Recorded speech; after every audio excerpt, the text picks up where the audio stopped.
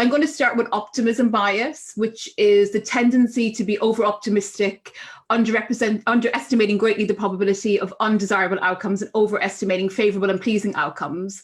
And I think it's obvious that I suffer from optimism bias as the person who named this event. It's called Behavioural Science in a Post-COVID World, and I think we're quite far away from a post-COVID world.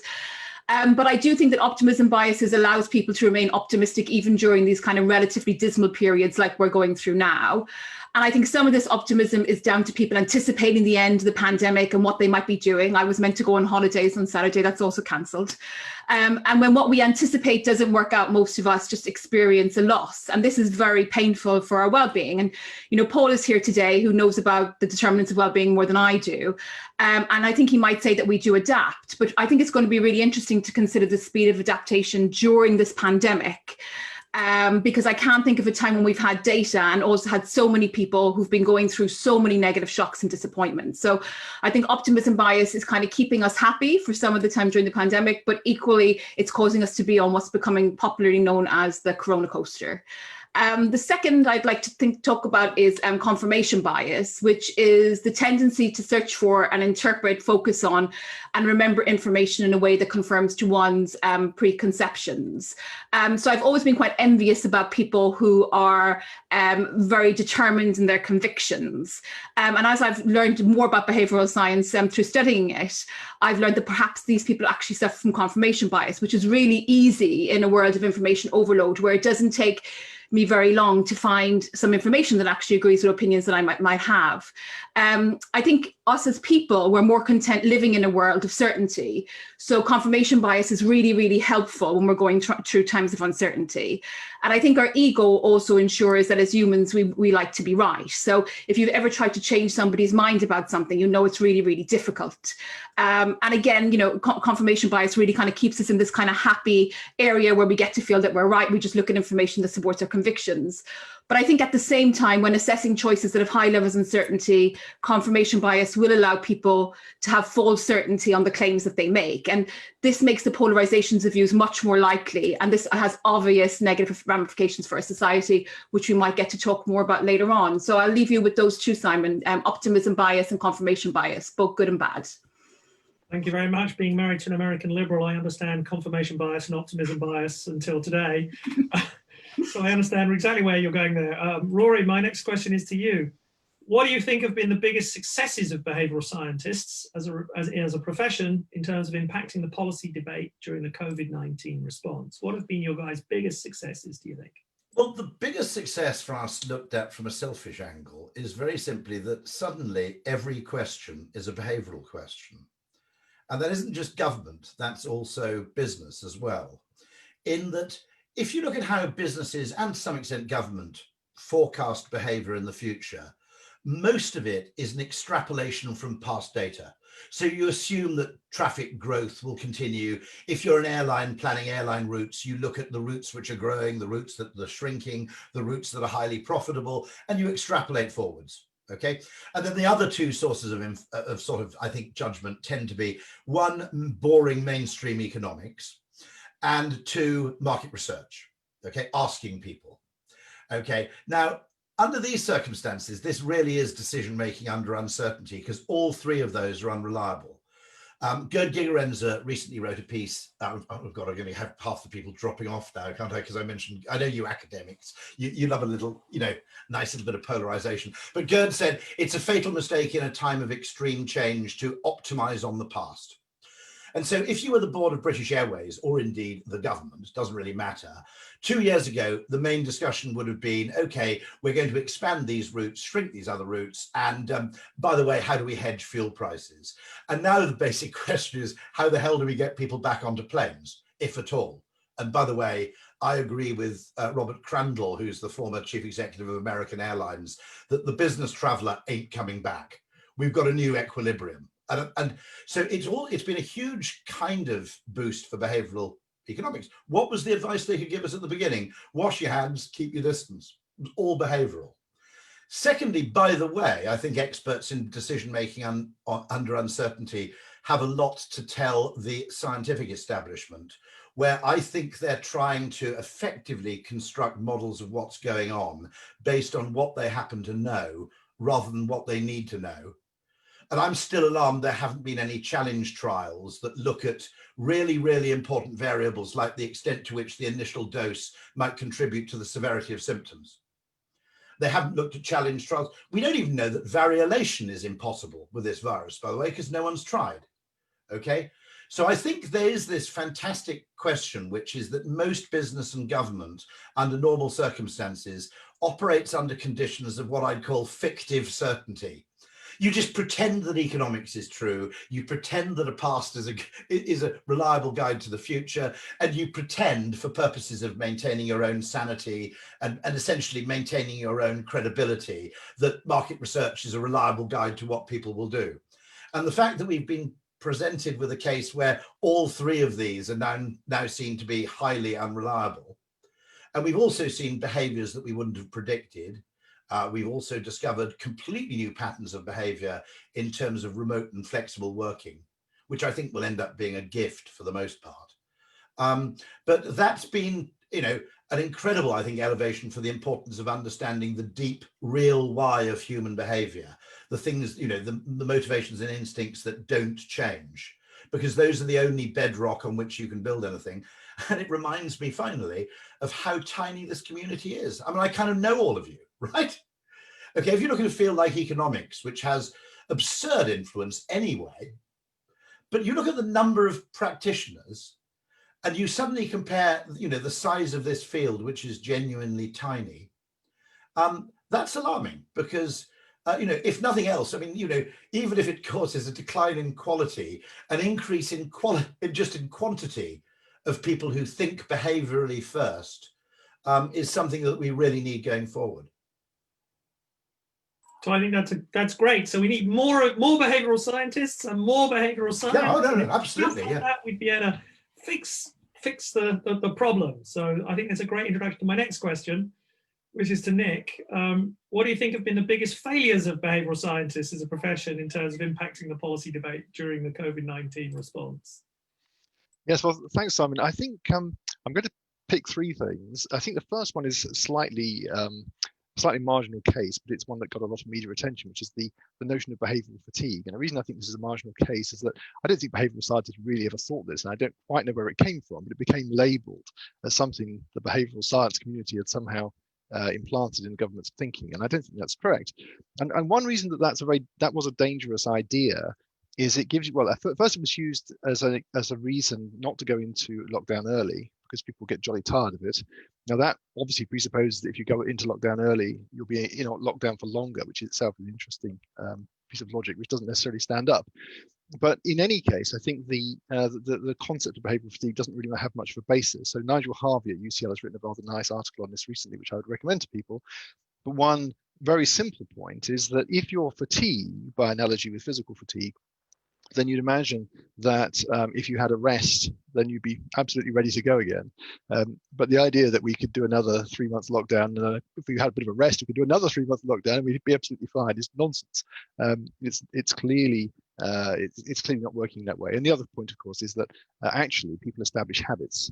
And those habits actually become very entrenched. So you could say this toothbrushing, it's just going to cause tremendous behavioural fatigue. You'll never get people to do it for a whole lifetime, but amazingly they do. In fact, we do all kinds of things over an entire lifetime quite happily. So I think that's one thing, but I'm not sure it really came from the behavioural science community. The other couple of things, which I think are quite deeply embedded in many behavioural scientists' minds, including mine, are connected to each other, and they're essentially the both coming from the fact that when we think about uncertainty in behavioural science, we tend to take the economic model for good reasons, which is to say that we consider the range of possible outcomes, how probable each one is, and what utility or cost benefit we'll get from it, and we average over them. And that's a very sensible thing to do from a normative point of view, but from a psychological point of view, it isn't very close to what we actually do. So I think there's one. Ergodicity, don't forget. It's assumed. Well, there are yes, indeed, many other complicating factors. But the really simple point is that this kind of cost-benefit analysis doesn't help us much when the world is very uncertain. So, for example, the rationale for locking down tends to be qualitative things like the health service will break. It doesn't tend to be a classic calculation of costs and benefits. Essentially, it's sort of constraints on the normal operation of the system, when they are violated, you just have to take evasive action, and there's no, it's not that the cost benefit analysis is invalid, it's just, it's just no point, we just don't get to do that, it's too hard, and the system, the sort of social system just has to be stable. And I think that's just a different way of thinking, which I think politicians naturally think in, and I think in everyday life we do too, but it's really not really the stuff of behavioral economics, because it's usually a modification of these classical economic theories.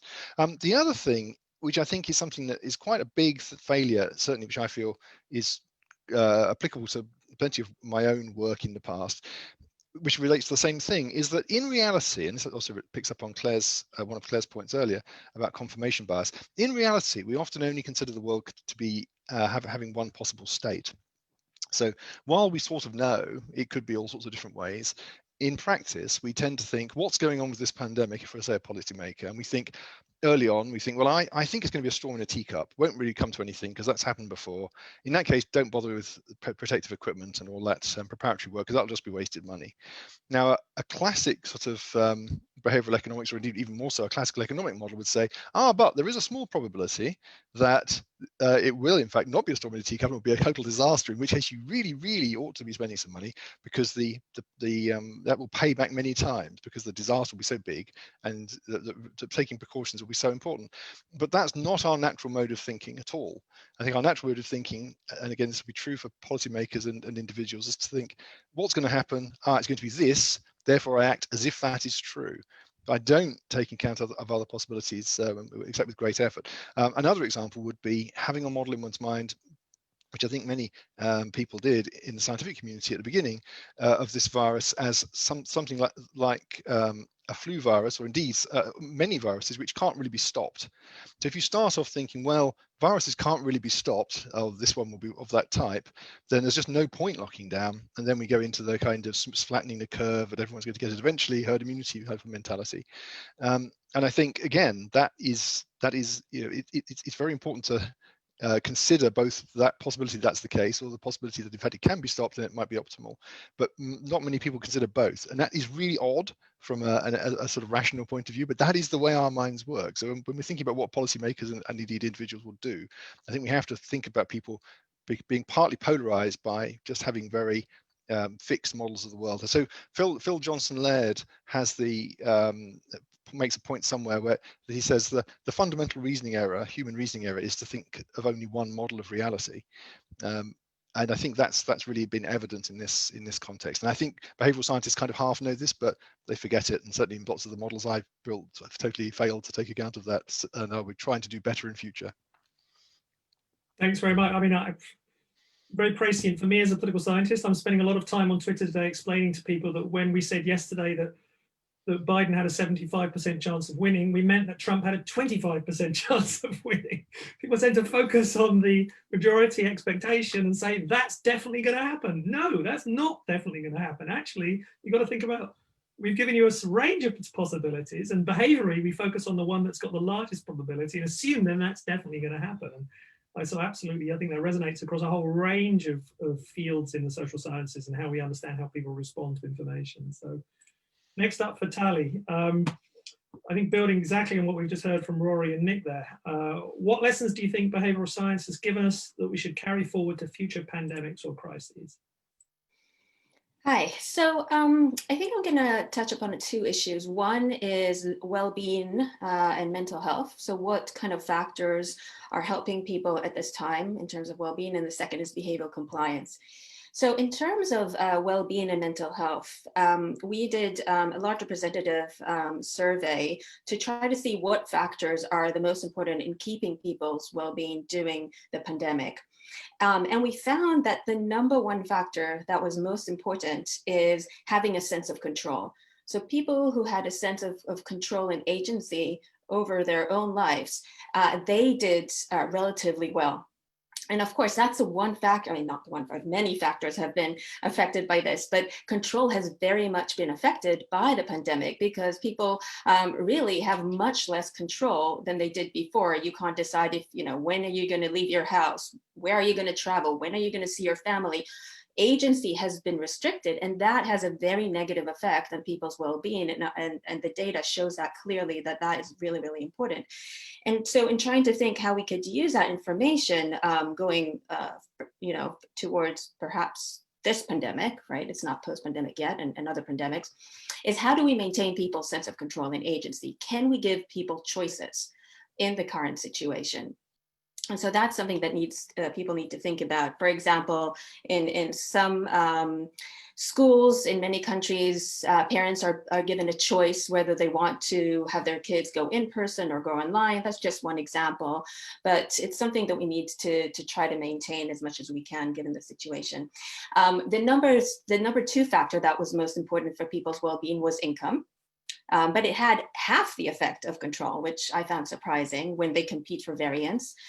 Age was important, with actually older individuals doing better than young adults and middle-aged individuals. So despite the older individuals being at risk, it is the younger adults in their 20s and 30s who suffered the most because their daily life has been most affected. And people who felt that they were less at risk also did better. But I think what this means is that we really need to think not only at the population level what we can do, but look at subpopulations, and specifically at the vulnerable populations. Because what we see, and this actually touches on what Grace was saying, is we do see adaptation. So the data, not only ours, there's great data from Funcourt and Steptoe at UCL. They surveyed 70,000 individuals in the UK every week since the first pandemic. And I don't have the data for the last couple of weeks, so I don't know how this has been affected by the second lockdown that's coming in. But it has been shown, it's clear adaptation. So happiness has suffered at the beginning, significant decline, but has been going up very steadily, as well as life satisfaction going up, depression and anxiety symptoms going way down since the first lockdown, and stress also has been going down. But when you look at that, it's a bird's eye view, right? So it is on the population level, people are adapting, as you'd expect from the human species, right? We're extremely good at adapting to new environments, new circumstances, extreme adversities. There's so much research on this. But when you then look at the subpopulations, that's when you see people who live alone, people who already have mental health pre-existing problems. And so I think most of the attention has to be focused on those populations going forward. And in terms of behavioral compliance, what we have seen in our data, and I'm sure this is other people have seen it as well, is that people's perception of the danger of the pandemic has been going down. That is, people perceive the virus as less dangerous than they did in the beginning.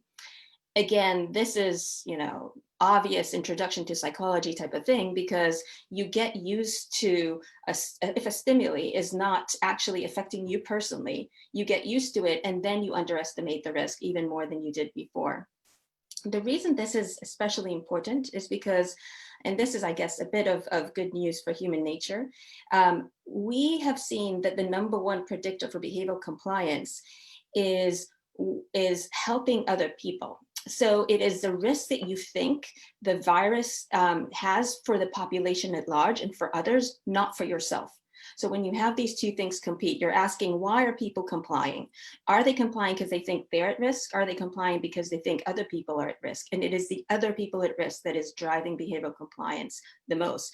To me, that's good news about human nature, somewhat surprising, I have to say, but it means that we're trying to act in order to protect others. And someone had a great comment here, someone named Alison Frost, and she said that the message in the UK was save the NHS, and that had a great effect on people's behavior. And I think that is a great example of our data. So I think that suggests that the message, as some of it has been in the UK, is about complying to save others. Thanks, Tali. I mean, it's interesting that perspective on, I think some of the perspectives here about the messaging of putting save the NHS above save lives actually led to more lives being lost because people focused on the save the NHS, and so people didn't go to hospital and people were kicked out of hospital, sent into. So there's a big debate about the kind of signaling of this above saving lives and what the impact of that actually was, but perhaps we'll get into that. So Paul. Yeah, no, absolutely. But what I mean is that saving others, not necessarily not going to hospital when you have a pre-existing condition. No, it's not inconsistent with what you said. I think it's absolutely right. Yeah. Once you did, I think we didn't predict what the power of that message was going to be. I mean, they deliberately put it on there expecting people to respond to it, but the fact that I think there was such an overwhelming response to it was, I think, underestimated by policymakers in terms of the consequences. There's a very interesting little sideline to this, which is the framing of mask wearing, which is, I have to admit to this, that when you saw Japanese tourists on the tube wearing masks 5 years ago, I was mildly insulted. Okay, because I interpreted it as effectively these stinking guilo, that's Chinese, you know what I mean? But I want to protect my health from these other weird, you know, Western people. Okay, and it was only explained, funnily enough, someone who'd been in a conference in Japan where the translator was wearing a mask, and he asked why, and he was told, oh, she has a cold and she doesn't want to infect other people. It had never occurred to me there was a pro-social element to mask wearing before, completely blind to that. And we didn't do enough, by the way, to emphasize that, I suspect. I think that's right. Paul, more general question to you. What have been the dominant narratives during the COVID-19 response from a sort of behavioural science perspective? Oh, there you go. Thank you. Thank you, Simon. Yeah, it's been really fascinating listening to everybody else. Can I just protect the NHS line? Because it is absolutely clear, I think, that, and we've been doing some work on this ourselves, that the number of life years lost from cancer misdiagnoses and people getting treatment later will be greater than those lost from the COVID-19 virus. So I think we need, you know, we really need, I think one of the lessons for all of us is to be alert to the unintended consequences of everything that we do. And we remind our students of that all the time. And sometimes we're very, you know, kind of guilty of it ourselves. I will just, so just on narratives, it sort of picks up on a lot on what everyone else has said, really, is that we want to make a complex world simpler. We want to resolve uncertainty in a way that makes it cohere. And stories provide us that coherence. We look for narratives, we tell stories, we like a good story.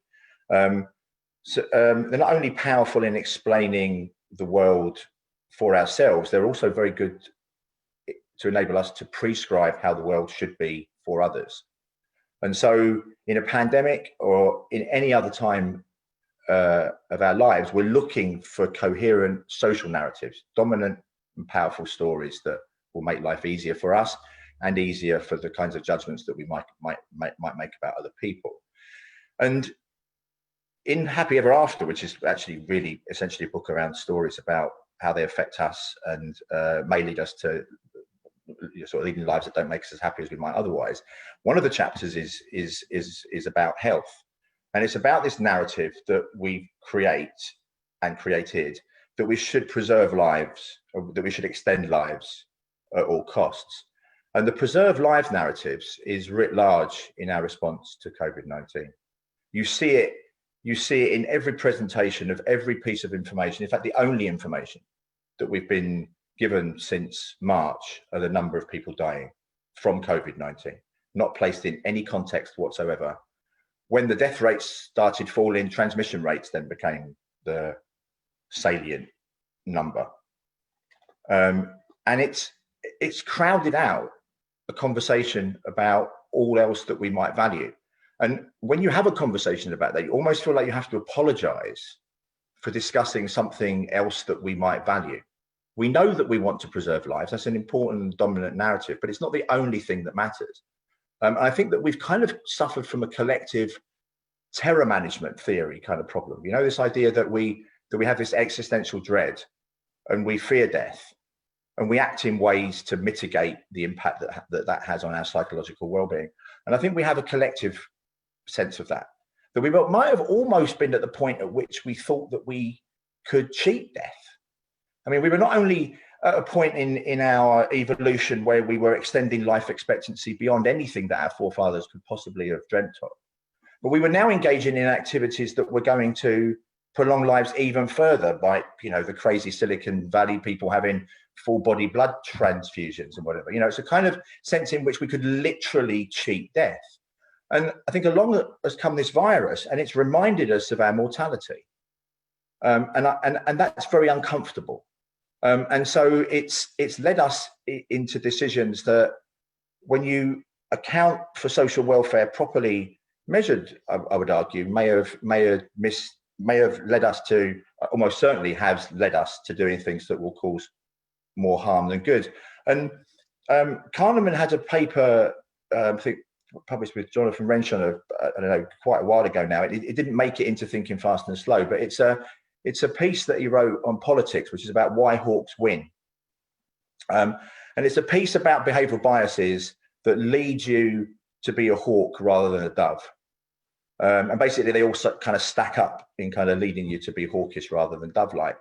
And I think that what we've seen in the response to the pandemic is a set of behavioural biases that compound the preserved lives narratives. That it's almost, because it's a very strong narrative. It's like, what is the alternative? What like let people die, or we should be making balanced trade-offs. It doesn't have the same resonance and power. It's a very strong moral position to take. It's very hard to argue against that in any powerful way. It's certainly compounded by the fact that Wuhan got the virus first and went first and acted in a particular way that set the scene and the tone for everything else that followed elsewhere. I've had a piece, you know, what might have happened if the virus had started in Sweden. Maybe we would have had a different policy set of policy responses. It was fueled by fear. I mean, one of the things that clearly terror management has and narratives give us is a mitigation of fear and concerns. So preserved lives is a good way of mitigating those fears. We can also signal. It's a very powerful signal to say that you care about. I mean, who actually doesn't care about, you know, lives? So it's made, and I think it's compounded by the mainstream media. I've only always ever thought I'd ever hear myself keep saying this mainstream media, like people have said it in the past. I've often thought of anybody that says that as someone that I probably wouldn't listen to further. But the mainstream media has presented this narrative and magnified it. I mean, literally daily updates. And we saw on Monday's BBC News, Fergal Walsh going around a hospital in Liverpool, very emotive piece, but not again placed in the context that the ICU beds weren't at that stage full. The ICU beds with, you know, COVID patients across the UK are currently at 10% or something. It's, you know, we need just more of that context. We could argue all day about what we ought to be doing, but we need to be placing whatever we do in a broader context that considers not just the preservation of life, but also the kind of lives that people lead.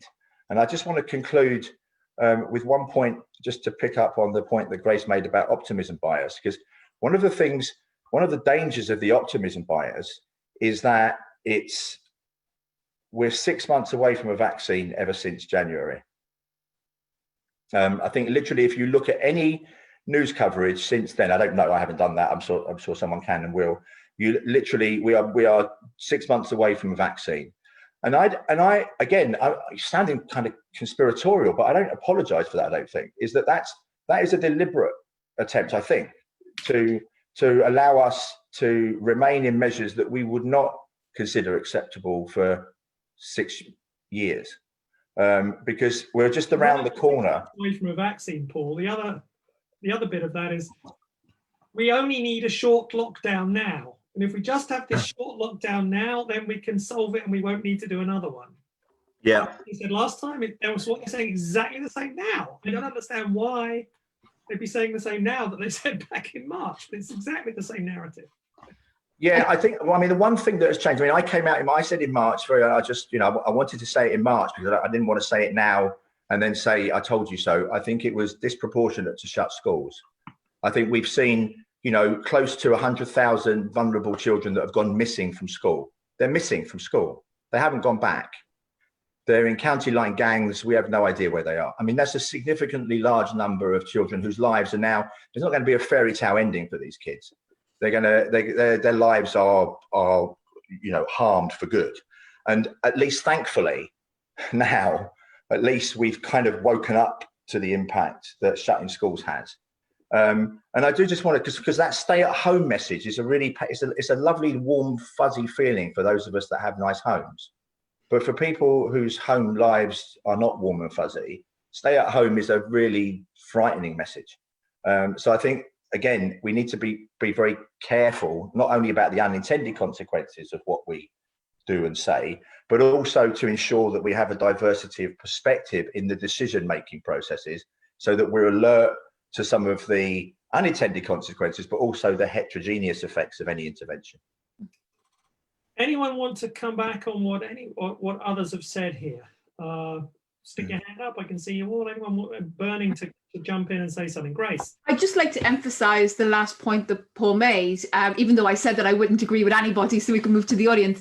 But I think it's, you know, it's really unusual to me. And this isn't just the British government, by the way, you know, it's across, you know, major firms, major companies, that we have a group of leaders who make decisions for people who they don't necessarily affect, very often without consulting the people who they might actually affect. And, you know, I'm really glad that you know, as Paul has said, that they've woken up to what closing schools meant for children, but it's really still happening today. And, you know, I'm a real advocate for diversity, and not from the socially responsible point of view, but I think some of the harms that Paul has spoken about could have been minimized if the people who would have been affected by the choices that were being made by leaders of organizations or leaders of government actually got those people in the room and had conversations with them. And, you know, sometimes I think confirmation bias, which I spoke about at the start, is what stops leaders doing that, because it's not very nice sometimes to have somebody in such an uncertain place say something to you that you might not necessarily agree with, but getting those views is really important. And I think hopefully, you know, in a decade, that will be the one learning from this pandemic, that the leaders that we want are the ones who include different voices and really listen to diversity. And surely one of the major contributions of behavioral science over the last couple of decades in the social sciences has been to say that we shouldn't assume that we can model preferences or behavior homogeneously. There's enormous heterogeneity. There's heterogeneity in preferences, heterogeneity in understanding, heterogeneity in information. And that's a really important behavioral contribution to the debate. And I think that should really be part of how we think about, particularly when you're making such radical policy decisions. What are the heterogeneous consequences of these policies? And I think, may I just say, sorry, can I just say, because I hadn't realized how important diversity of age is, right?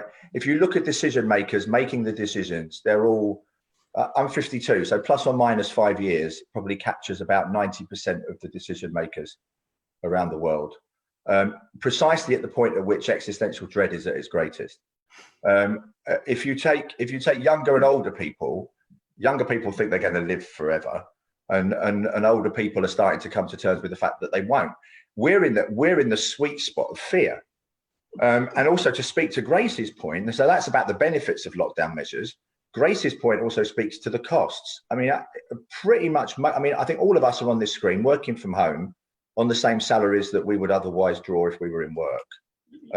So the men going through a midlife crisis making major policy decisions. Yeah, right. Exactly. Okay. But that is a question, Simon, who's in the room? And I think if you look around the room and nobody, if all of us are making a decision about lockdown and taking income away from people, we need to add other people to that room. And some of us probably need to get out. There needs to be kind of voices who are going to be affected in there. Rory, Nick, Tali, you want to come in on any of this stuff? Just to Nick's point about the fact that we're not very good at ambiguity. In other words, the story either has to be A or B. It strikes me that that's probably necessary from an evolutionary standpoint to create coordination. That you need everybody to agree to basically stay and fight, or everybody to agree to go and run away, okay, in order to operate as a cohesive group of people. And so it's rather like you don't get ants who are kind of polymaths to you. And so to solve the coordination problem, we need to have this kind of ambiguity aversion. And it's probably something we can't get rid of. So it's really worth dwelling on, I think. Nick or Tali? Tali, you want to come in? Yeah, so I definitely agree. We need to give people a voice, right? That goes back to a sense of choice, a sense of control, which is very important. And another kind of demographics that we haven't talked about is gender. And I think we also see in our data, but there's a difference between females and males. For example, in working at home, especially when schools are closed, and the UK actually has been doing relatively well relative to other countries. In the US, many schools are closed. In many other countries, schools are closed. So it's in the UK, it's a little bit better in that respect. But when schools are closed, it is females who end up having to do most of the homeschooling and childcare, and that has a very negative effect on females' careers and well-being. And again, I think most of the decision makers, the majority are male. So it is the 55-year-old that are also relatively, the income is not in the poor domain, and males. Yeah. And also, and all other types of domestic work that can't go on. If you can't have a cleaner come, if you can't have an elderly care worker come, disproportionately those roles fall on women.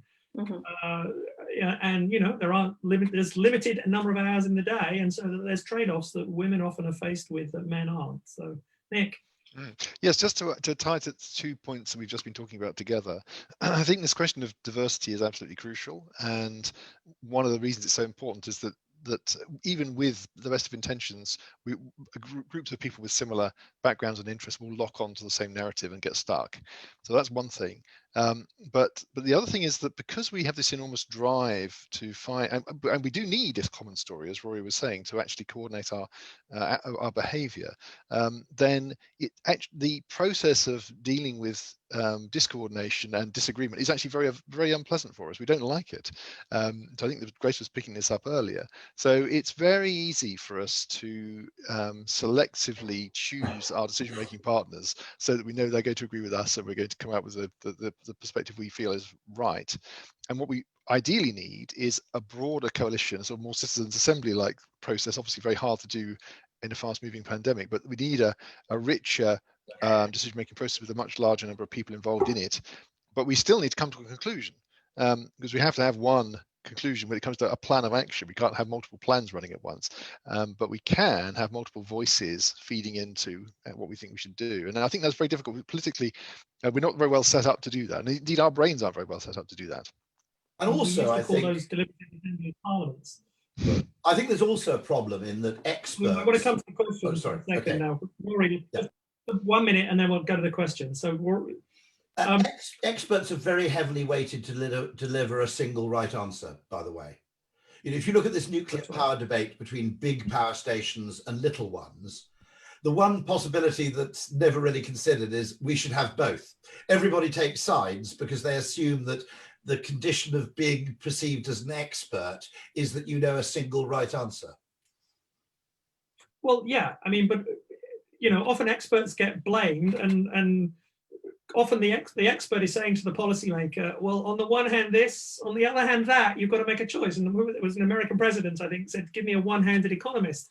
So I think often policymakers having to make really tough choices, and experts behind the scenes are actually giving them, we're not sure, we don't know, it could be this or it could be that, you guys have to make the choice. And so, a word of defense for policymakers in challenging times.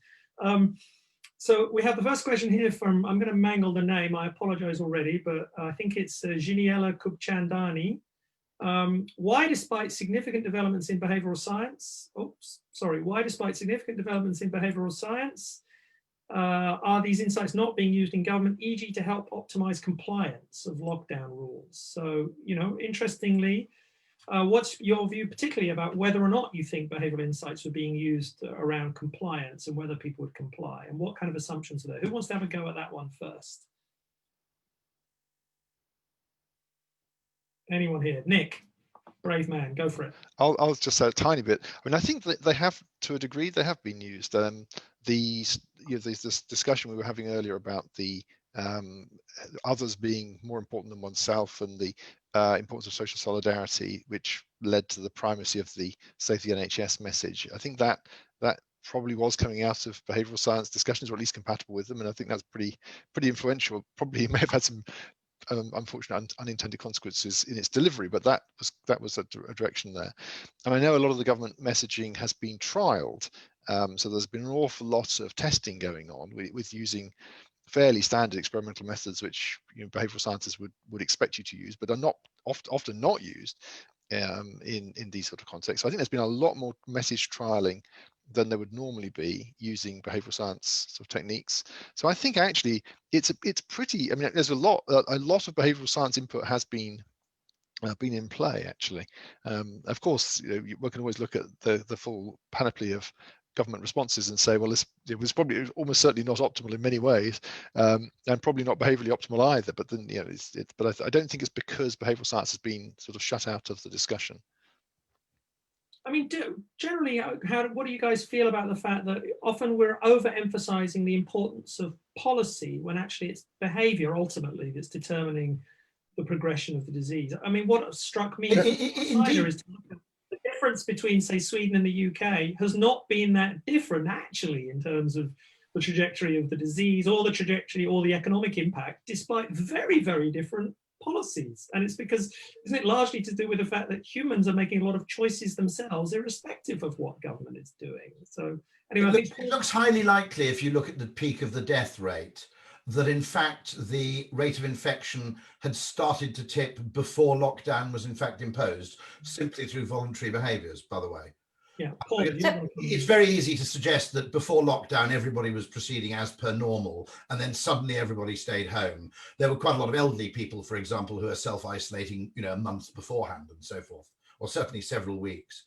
And I think that's interesting. I think it's also interesting about the creation of rules. And the longer I study behavioral science, the more I respect religion, actually, which is that heuristic rules, which are sort of universal, fair, and also which are visible when broken. If you think about the Sabbath, okay, Sabbath breaking is visible, whereas if you have the French solution, which is a 35-hour working week, you can't really tell who's breaking it because they could just say, I got up late this morning, whatever. Okay, so it's very interesting. I think we can borrow quite a lot from kind of things like Sabbaths and Lent and Ramadan in understanding rules that really work at a collective level. I have a lot of questions on compliance, but Paul next. Yeah, I was going to say that there's a danger that behavioural science is seen as the science of compliance, the science of hand washing, the science of mask wearing. It's the science. Where are we in the conversations about how to address loneliness at the moment? Where's the behavioural science interventions to deal with another month of people being socially isolated? Where's the behavioural science lesson on how to replace ceremony? Where's on these important attributes of people's daily lives? Where are our interventions around fun? I mean, as if like that's a sort of added bolt-on luxury good. I mean, notwithstanding the fact that the transmission rates from young boys playing, and also girls, but I have a son that plays outdoor football, playing football outdoors are almost entirely zero. His Sunday morning football has been taken away from him, not because of not the impact on physical activity. He's perfectly active, but the ceremony, the sense of community, the shared experience of his teammates playing against another team, of the dads on the touchline, all of those things they're not additional luxury goods of our lives. They're components and intrinsic parts of the human condition. And what behavioural scientists ought to be doing much more of is not only thinking about hand washing and how to get people to follow the rules. Of course, we should be doing that too, but how we can ameliorate and mitigate some of the impacts that the measures are having on people's lives. And that I think is a fundamental failure, not of just behavioural science, but of the entire discussion around the policy interventions. Well, I think there is research on that. There's quite a lot of research on that. The question is that research being highlighted? Is it taken into account in making decisions? But in relation to that, what drives me crazy is that you hear politicians again and again saying, science will back our decision. We will make our decisions based on science.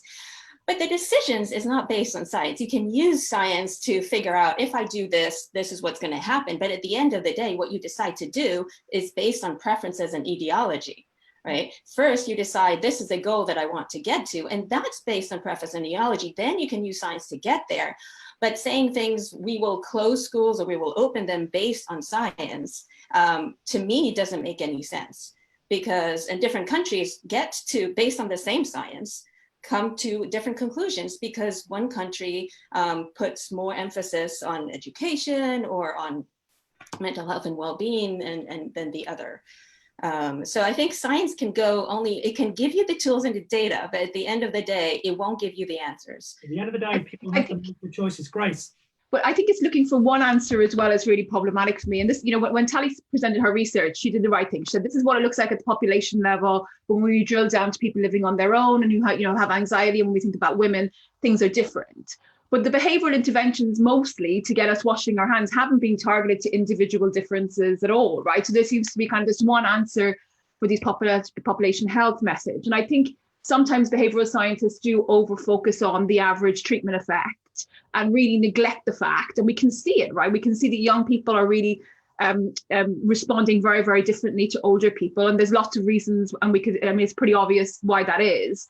But why we're not personalizing the interventions and personalizing the requests to them is really, really baffling me. I found it fascinating. I'm sure you watched Leah Varadkar at the beginning. And what I found fascinating, contrasting Leah Varadkar in Ireland to Boris Johnson in London, is Leah Varadkar, in his first message at the beginning, tailored parts of his message to different heterogeneous groups. He spoke specifically to older people. He spoke specifically to younger people. And I thought that was a very clever way of persuading different groups why it was in their particular interest and to follow lockdown. I thought it was a hugely contrasting style to a very kind of blanket, one-size-fits-all approach we had in the UK. And I think the interesting thing about him as a leader is he is somebody who really embraces diversity and has people around him who regularly disagree with him, which he sees as a good thing for him as a leader. Well, and perhaps I might guess that Boris is less inclined to embrace dissent, but I can't say that for sure. I can say the former, but not the latter. We're going to go back to some more questions here. So I have a question from Alex Jenkins for Nick here. You said that policymakers tend to focus on one state of the world, specifically the one that's currently happening, and that's why there was a lack of preparedness for a pandemic. Yet it's been shown that people tend to overweight small probabilities. Why do you think the policymakers underweight or ignore the possibility of a pandemic when other research might suggest they would overweight it? Yes, well, this question of under and overweighting is a controversial one. I think the both things are compatible, really. So, on the one hand, I think the main thing is that we only take account of one interpretation of the world. So that's the first thing. But the other is that the other question about small probabilities is it might still be within that one interpretation, that an interpretation which is really very unlikely indeed still actually gets overweighted in that more people than as it were than would be expected will actually take that up. So if I have a tendency to panic, then if you give me a possibility of some bad thing happening, I personally, and there might be quite a lot of people like me, will panic and think, my goodness, it's definitely going to happen. But that won't be the majority perspective, and that's not the one that's going to be politically dominant.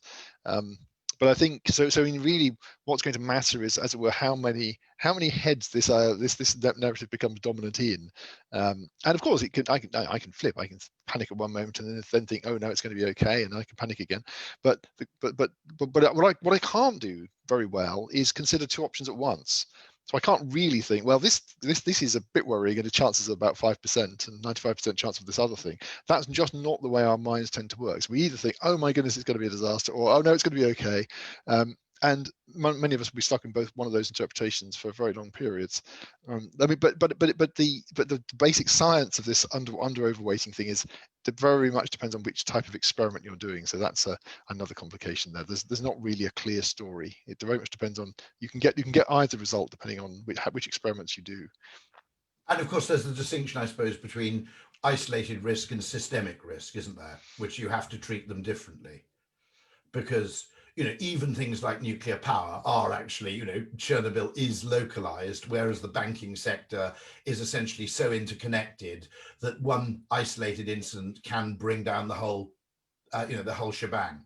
And they are fundamentally different, I guess.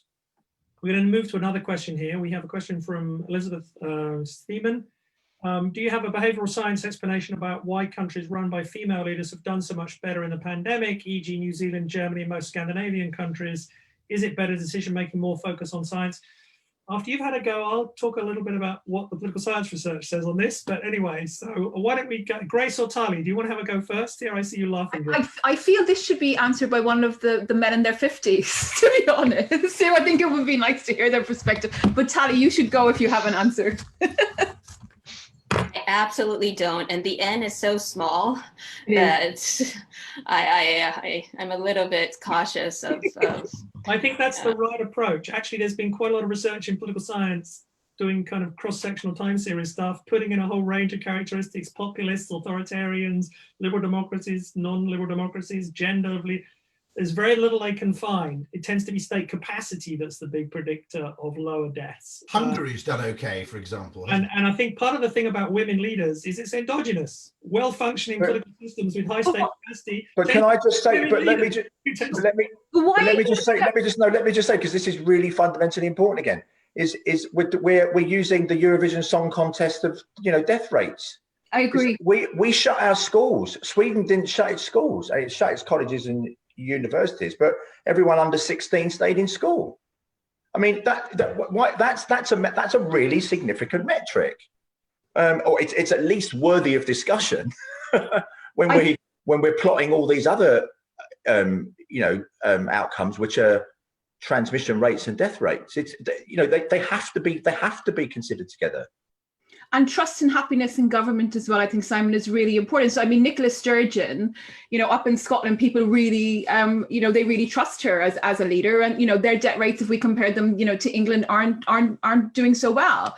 But there is something about her delivery. So I think focusing on whether or not there's lower debt rates when we compare male leadership to female leadership is actually the wrong question. I think we're in a pandemic. There are going to be people, unfortunately, that will die. I think the question is whether or not we're managing the other things, the excess deaths that Paul has already talked about, the well-being that Tali has talked about, and ultimately trust in government. Because I think the reason why Sweden were able to have the response that they were able to have is because as a country, they have much more trust in government than they do in England. So when the government gave them the advice, they took it. So I would love to see political scientists model that outcome and talk about the interaction with gender rather than deaths. I think that's right. That's a good point. Tali, did you want to come in? I saw you nodding at some point there. No, yeah, I agree with Paul. This is unrelated to gender whatsoever, but I absolutely agree with Paul that we have to have a better metric, or a more, diverse metric. I mean, it used to be that GDP was everything, right? And one good thing that Britain has done is actually look at sort of happiness measure, well-being measure, and taking that into account to quite an extent, looking at that over time and every year. And I agree that something like that has to be done now as well. So not looking only at from a focus on GDP to a focus on death. Right. And all are important, right? Health is important, finance is important, mental health is important. I'm going to be very mischievous at this point and say that Tali's measure of housework is slightly unfair, because what I do know from Homebase and B&Q is the patriarchy has been doing a lot of DIY during lockdown. So I just thought I'd stand up for my gender just for a second. Well, we need to do very careful time, we don't actually have very good time use surveys that are well designed, and we need to do them better. And I think we'll get a better sense of this kind of stuff. So let's move on to another question here from Harry Glue. In relation to Rory's comment regarding the need for more behavioral scientists, as a new joiner to the community, what would be your advice, training, reading, experience, other than come and study at the LSE or UCL or Warwick? This was to Rory. Well, I'm first going to give some advice to academics, which is you better start investing in a spangled suit and a tour bus, because if academia effectively goes online and becomes networked, you're going to have a massive winner takes all effect. It happened when the gramophone came along. Okay, before the gramophone, you could make a reasonable living as the 7th best operatic tenor in Denmark. And then the gramophone came along and everybody wanted Caruso. Okay, so the first bit of advice is to academics, which is you better get a TV series fast, okay, because this is going to turn into winner takes all. The second thing is a really interesting question. If you're curious, and this is, let's be honest, an incredibly intrinsically interesting field, it's not something you really have to force yourself to study. The first thing I'd say, start by reading, and I'm a huge devotee of one-year courses, because I think the ratio of time spent and cost to gain is enormous. And I wouldn't discourage people from studying something else at degree level and then doing a 1-year MPhil in this subject. I think, you know, in terms of, this is me as an employer. Okay, I mean, I'm not that, I mean, I get a bit irritated when the BIT insist on PhDs. It strikes me as a bit of a kind of, you know, a bit of a high bar. I mean, economists would call that a barrier to entry, wouldn't they? And so, you know, those 1-year courses are really, really valuable.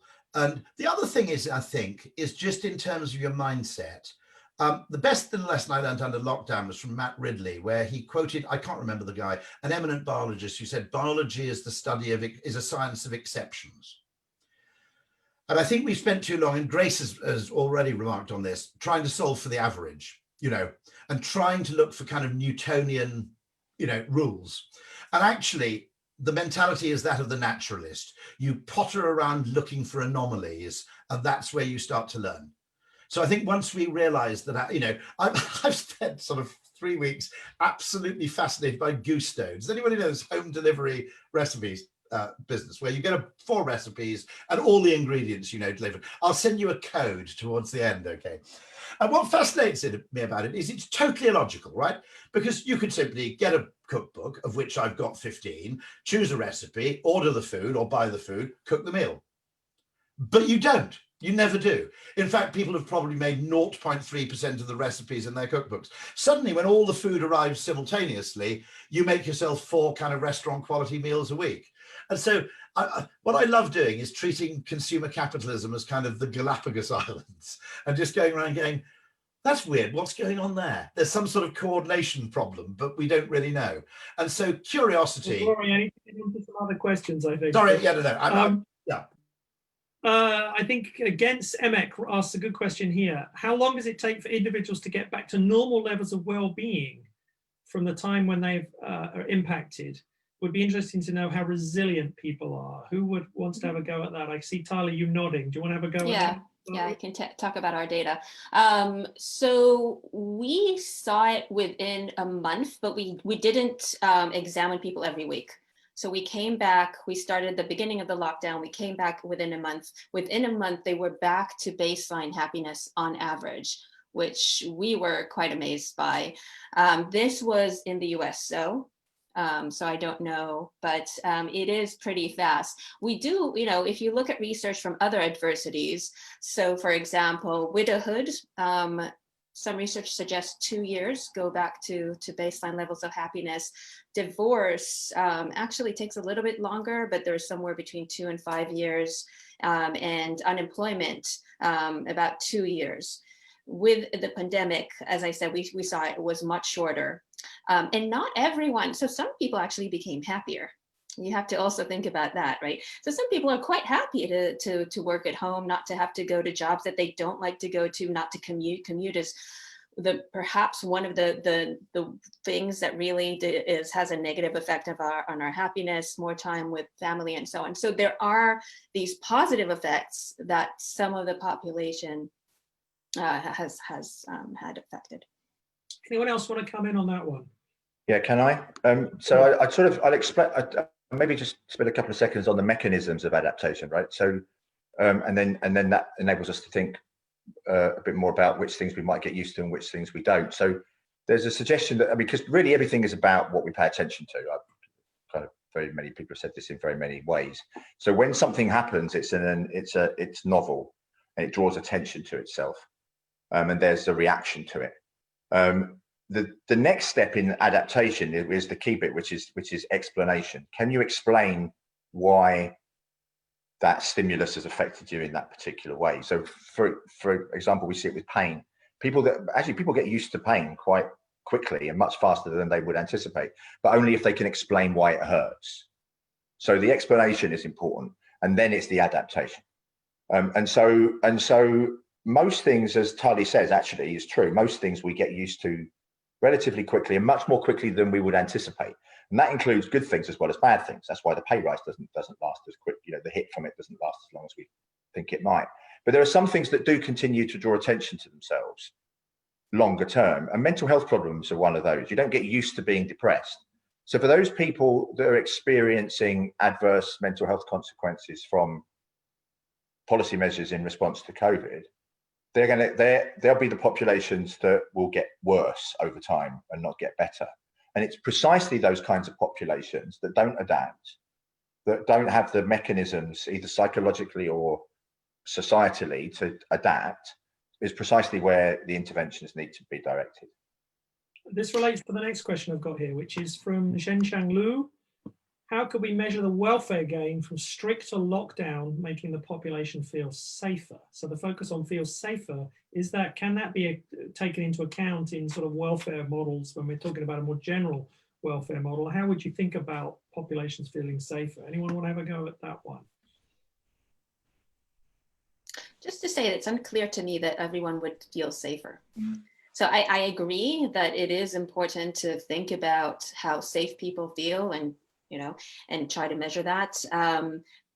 But I wonder whether people would not necessarily feel safer because when you're told there is a lockdown and you have to stay at home, you're wondering, well, why? Probably things are becoming worse, right? So actually it's a signal that tells you things are worse, they're not, and yes, you'll be in lockdown, but it's unclear that you feel safer. And number two, I think someone here mentioned, not everyone's homes are safe. So for some people, actually, lockdown means that they are less safe. That doesn't answer the question, but it's just no. But that's a good one. But in general, should we be? We've been thinking about this trade-off between economics and deaths. I mean, surely there's a whole range of factors we need to be taking into account when we're evaluating what type of policy we need here, which should be able to take account of safety, well-being, mental health, physical health, family life. Is it possible to design some sort of utility that we could think about that policymakers could use? I mean, what's the role of behavioral science in thinking about this? Paul, I know you've done some work on this, and Nick and perhaps Grace, but Paul, how about Nick? You put your hand up. How about you have a go on this?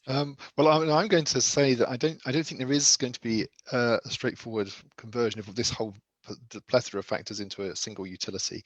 I don't think that means that thinking about in costs and benefits is a futile thing to do. Not at all. But I mean, it's just generally the case that we just have this enormous variety of different interests and concerns, and it's only under a very extreme idealized circumstances we can crush that down into a sort of a utility function.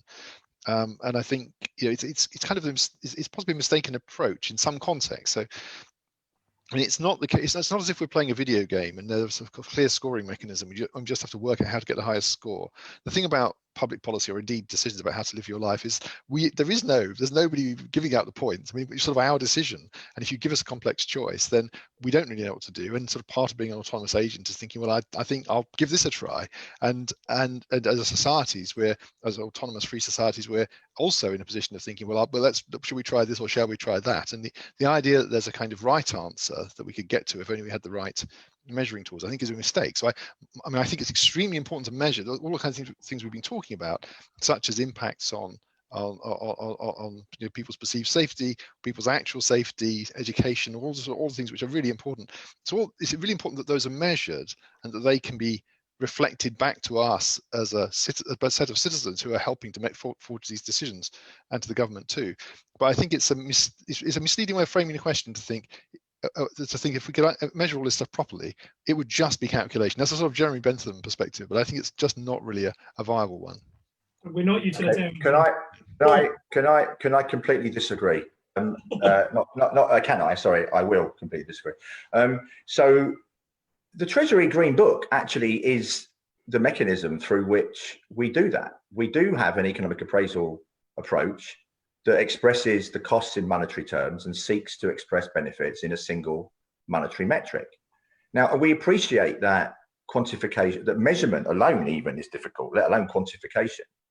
But in the absence of doing that, things fall between the cracks, and really fundamentally important dimensions of human welfare fall between the cracks. So whilst it may not, any single monist metric may not fully reflect and capture everything of value, the mere desire to achieve that forces us to think about those important attributes that fall between the cracks.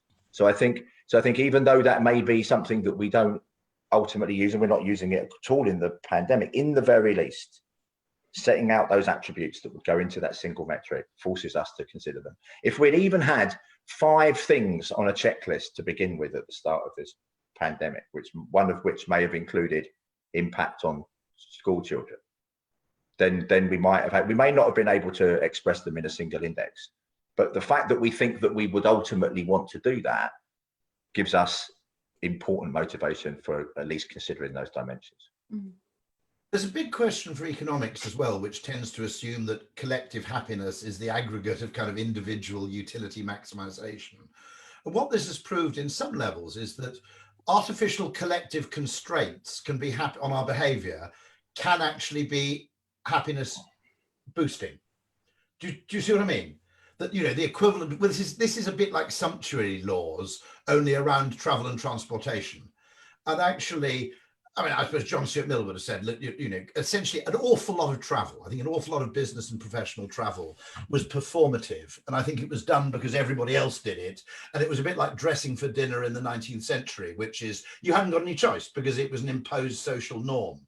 Okay, and so this is a really interesting experiment in the extent to which sometimes collective constraints may be utility enhancing. Grace. Yeah, I think I fall somewhere between Paul and Nick. So, you know, when people are talking about happiness and adaptation, it is true that when there's unemployment, people do adapt within 2 years. But then if you go over and you talk to economists who look at the long-term effects of having a parent that experience being unemployed, we see long-term effects for kids 15, 20 years out in relatively credible causal frameworks, you know, from kind of credible researchers.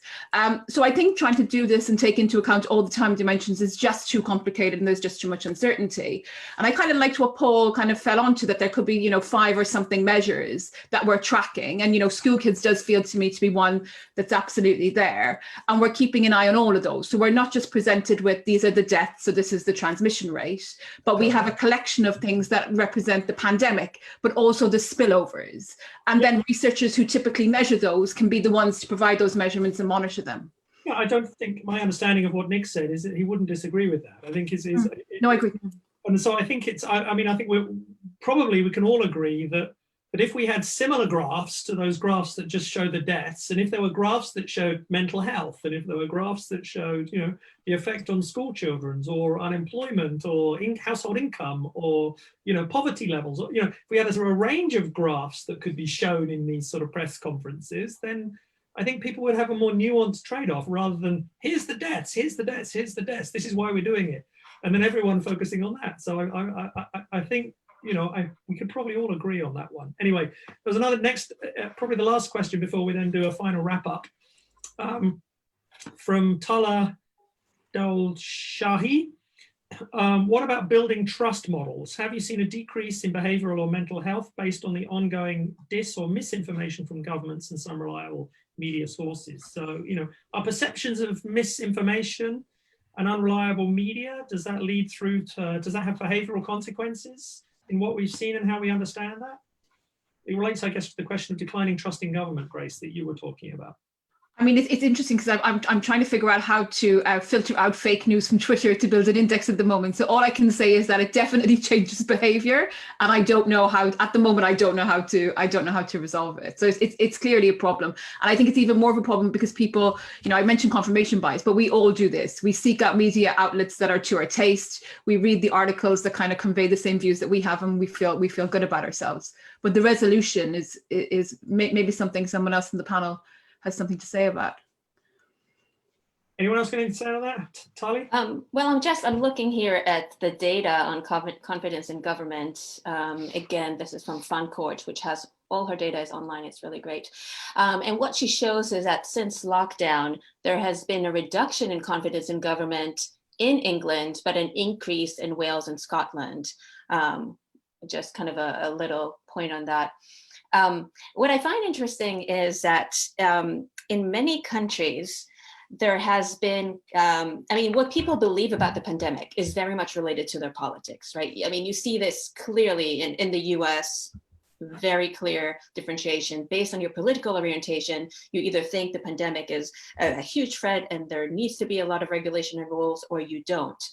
But what's interesting is that it's not about left-right. That is, in one country, if, you know, the leader is on the left side and they're saying pandemic is dangerous and real and we have to go, then the people would go along with that view. But there's another country where there's another leader also on the left side and they're saying the opposite, right? So it's quite interesting. And I'm just thinking about like Israel and the US as examples of right kind of leaders who are taking different approaches. And then the reaction of the population is based on the political orientation, which diverges in these countries. So it's much more about group membership and conformity, rather than there's an actual relation, inherent relation between a specific political orientation and views about the pandemic. That's great.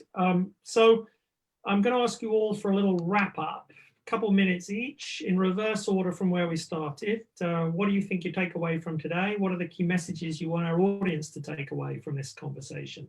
So I'm going to start with you first, Paul. Oh, okay, good. Yes, that's a very good question. Have I had everything confirmed that I thought I was right about in the first place? Have your biases been confirmed? I think I have. I think my biases have been confirmed. I suppose it's just really a case of emphasizing a couple of things. I suppose one is the I suppose the fact because the consequences are so uncertain, we need to ensure the processes are as robust as possible. I think so. You know, if you think about a court case, we don't actually know whether they did it or not, right? But what we try to do is ensure that the processes by which we reach the decision are fair and robust, and that we're more likely to convict guilty people and set innocent ones free, because we don't actually know. And it feels like, you know, in kind of similar way, this is where we are in dealing with the inherent uncertainty of the pandemic. And so it requires us to have processes in place that lead to the most likely best outcomes. And that does require diversity. It does require disagreement. It does require difference. I'm just increasingly troubled by the groupthink that has dominated discussions. Said very early on in March about the public health and the virus infection control specialists all being around the table and only around the table. This is an economic, health and social pandemic.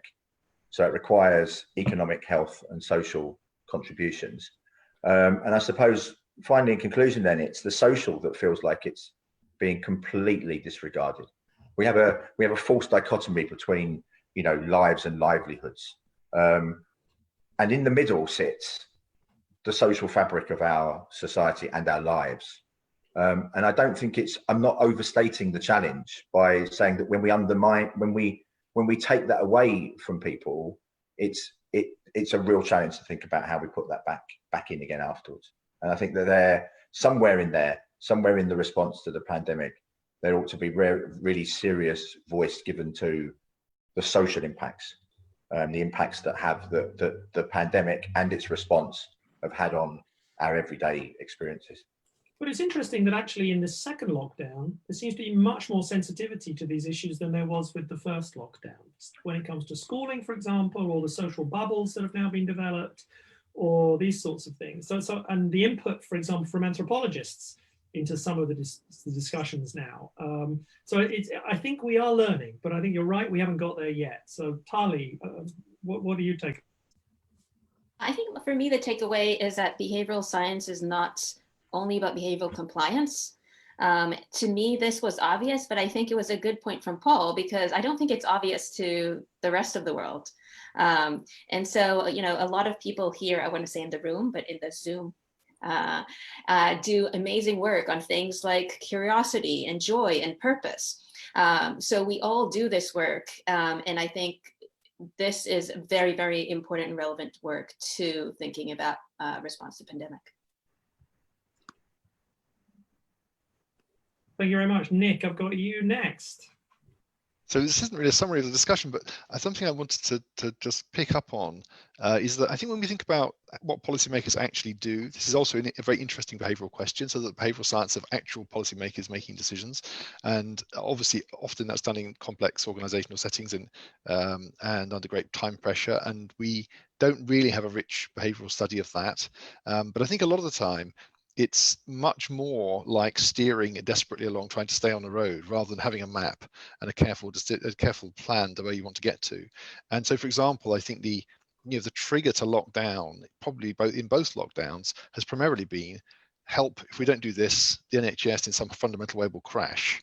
It's not really a complex sort of a trade-off between one thing and another. It's just a kind of help. We've got to steer back on the road, otherwise disaster. And I think trying to understand, I mean, it would be very useful for us, I think, as a field, to be working a bit harder to understand the real constraints that and sort of information vacuum that is operative for real policymakers. Because it's easy to sort of stand back and think about ideal processes and all the information ought to be available, but the more one knows about what actually happens when complex decisions are made in real time, the more it's really very different from that. It's more about sort of disaster avoidance. Yep. Thanks very much. Rory. I'll just give you a very optimistic frame, which I don't think gets talked about enough, that one way to look at this is it's a very valuable rehearsal for a pandemic that's far worse. Okay, so this one has, unlike Spanish flu, which seemed disproportionately to hit people in their kind of 20s and 30s, this one has had very little effect on the very young, and mostly the bad effects are on people far older. The optimistic way to look at this is something like this is going to happen again, and it could be a lot worse. And within living memory, most people within living memory have no real concept of the risk of infectious disease. So, had the Titanic arrived at its destination, it would have sat at a quarantine station for people to board. The first and second class passengers would have been checked. This is routine in 1912, okay? And the third class passengers would have been shunted off to Ellis Island, which was an island because it was a quarantine station, right? So, within the living memory of very, very old people, okay, that was pretty routine. And we've completely forgotten the importance of infectious disease. And the real way to look at this is it's a really good wake-up call. Really great. And last but by far no means least, Grace. Thank you, Simon. I mean, one thing that didn't come up today was the future of work. So before the pandemic, I spent a lot of time thinking about the fourth industrial revolution and how it would actually shape the type of work that's available to us. And I think, what's happened with the pandemic is that a lot of the trends that we were thinking that might happen have been accelerated. And I expect that when it's over, the ones that people like will remain and the ones that won't will be gone. But I think one of the predictions that we had even before the pandemic was that without, really good policy thought, that the losers would be the people at the bottom of the income distribution. So they'll end up earning less. And if they are working, they'll end up in much more unsecure jobs. And I really think that's a conversation that kind of needs to run along with, any responses coming to the pandemic. And also, it's not just governments, it's organizations that have duties to workers that are sometimes the hidden workforce. They don't get to be in the room when people are making decisions about whether or not they come to work or whether or not they get the tube. I think specific to the discussion that we had, for me, individual differences is really, really important. So we move away from the average treatment effect as behavioral scientists towards thinking about individual differences, and also embracing dissent a bit more in conversations so that we can actually learn from each other and not being afraid to have an argument in order that some of us will actually will change our mind. And I think that's when you do want to have, different voices around the table. And I think one thing that I'll say about Paul is that I'm lucky that he does actually, embrace dissent. And I think everyone else on the call probably does as well. I just haven't worked directly with you. So I think if we can kind of move towards that for the 400 something people that were on this call today, that will be wonderful. Thank you all very much. Well, so as an outsider coming to this, I feel very privileged to be part of this conversation. What I take away from this actually is that I think behavioral science is in a very good place. I actually see, and I've learned behavioral science, I see as a very integrative social science these days, and going back to the question that was to Rory about what kind of skills do you need to be a good behavioral scientist, I think you need both the kind of quantitative knowledge or understanding, how to design experiments, how to gather data, how to measure things, as well as a very careful and nuanced understanding about how humans behave, how society works, and so on. So it's not the kind of thing you get in straight economics. It's not the kind of thing you get in straight sociology. it's an interesting combination or complex combination of a whole range of skills across the social sciences. So I really appreciate the perspective that you all have as a sort of really heterogeneous social scientists and pluralist social scientists in the way you think about all these questions. I think that's a great takeaway, and I would really urge the audience to think about behavioral science in that vein.